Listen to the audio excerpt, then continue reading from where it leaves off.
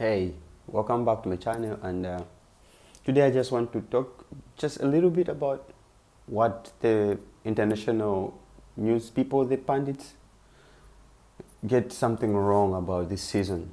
They all think that this season belongs to Liverpool or Manchester City till date.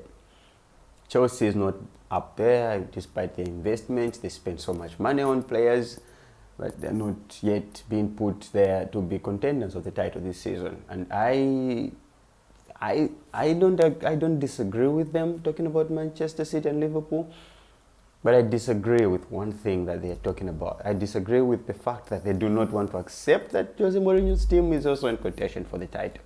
They all think that Jose is dead. Let's look at the season first of all. I know that Chelsea, they've bought in good players, expensive players for no reason. I don't know, some of the players were necessarily expensive.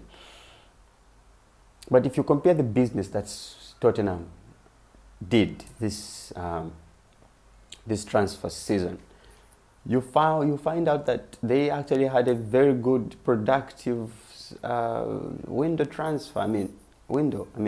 If you just look at it from both ways, not being like skeptical about it, but being open-minded about how the transfer went with Tottenham, you find out they just bought in, they just fixed the position that they thought were not working out for a Jose Mourinho team. So they brought in players to fit that narrative.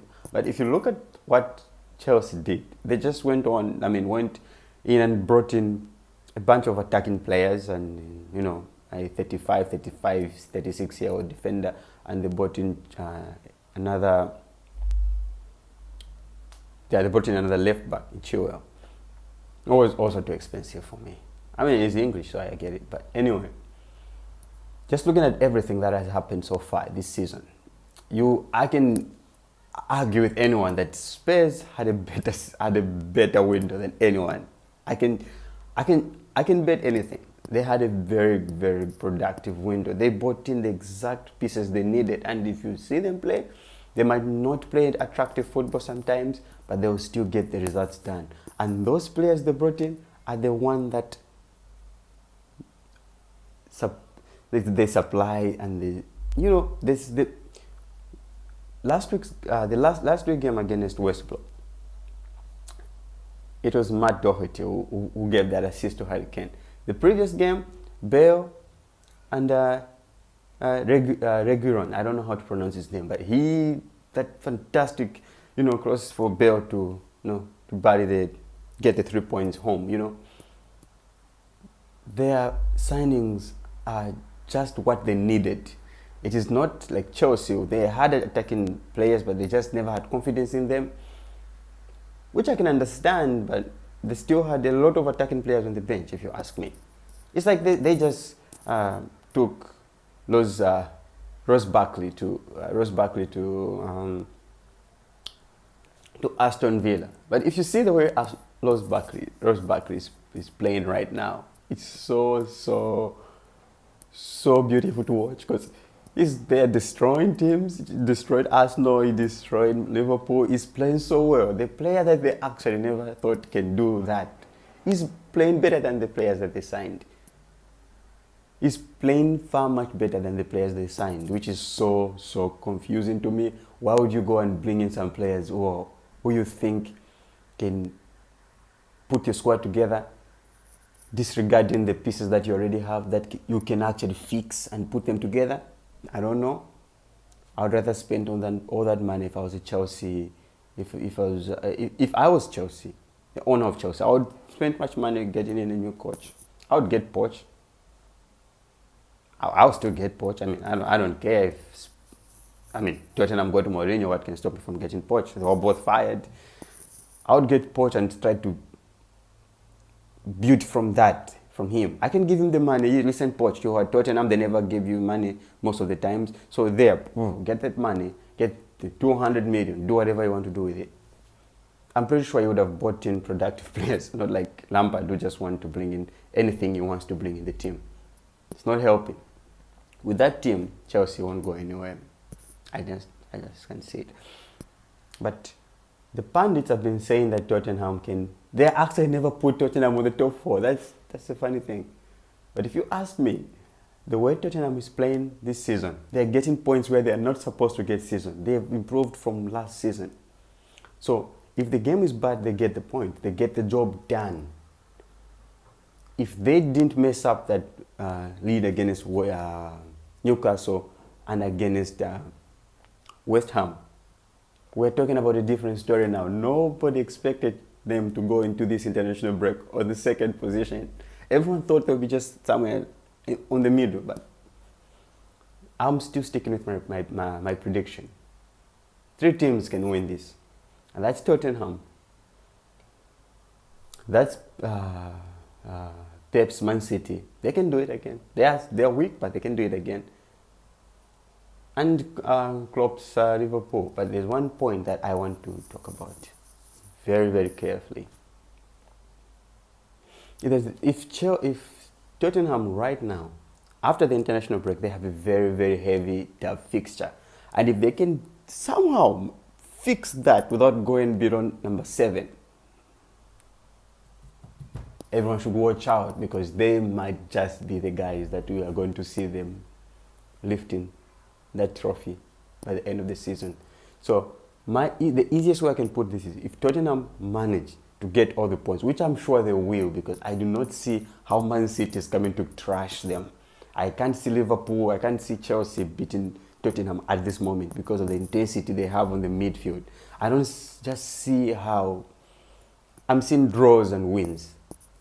That's my prediction. I'm just seeing draws and wins. I'm not seeing them losing. I mean, they might lose a game, but not more than that. They will lose, but I'm sure they will maintain. But if they can play all these hard games they are having right now after the international break, and they manage to finish above top 7, then they might well just go in and get it.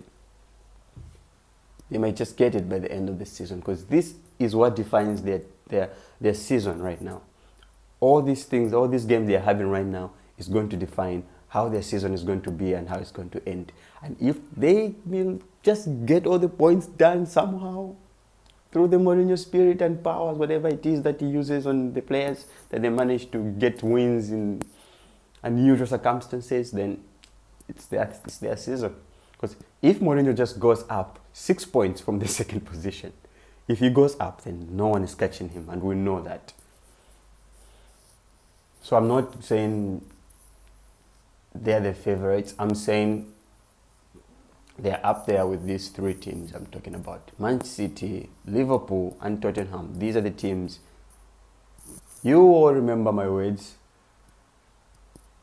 I'm not saying I know what will happen, but I'm just saying, from the way things are going, I can tell that, they have a very strong squad. They have a very strong team. I mean, wow, this is good. They have everything they need. They've got a lot of options attacking wise. They have a lot of options on the mid. They have a lot of options behind too. They have everything.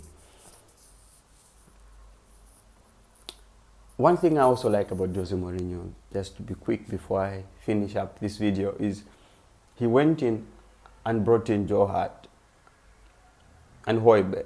Everyone thought he was crazy when he was actually getting, especially Hart. Everyone thought he's crazy to go in and brought in someone who is done with football. In Hart, Mourinho realized the mistake he made at Manchester United was not to have a lot of leaders in the dressing room. He never had that. So what he has done this season, he has improved on that. He went in to bring in experienced, grown-up people who can be in the dressing room and control. So he has Hugo, he has Harry Kane, he has Højbjerg, and he has Hart. He has all these pieces together. We can fix, and they're pieces like Sissoko. Oh, sorry about that. I hope it didn't make a lot of noise. He has pieces like Sissoko who are matured enough. He has fixed this Tottenham in his own likings, and it's going to cause a lot of problems in the Premier League this season. They have so much leaders in the team, he can't lose the dressing room right now. He might shout at them sometimes, but they will understand because they have experienced older players in the dressing room who can just say, guys, he's right, let's do this. That's one thing he has improved on from Manchester United. That Manchester United was a mess. There was Lingard, there was a bunch of young players. Zlatan left, everything was bad. When Zlatan was there, everything was okay. So he just knew that he needed someone older enough.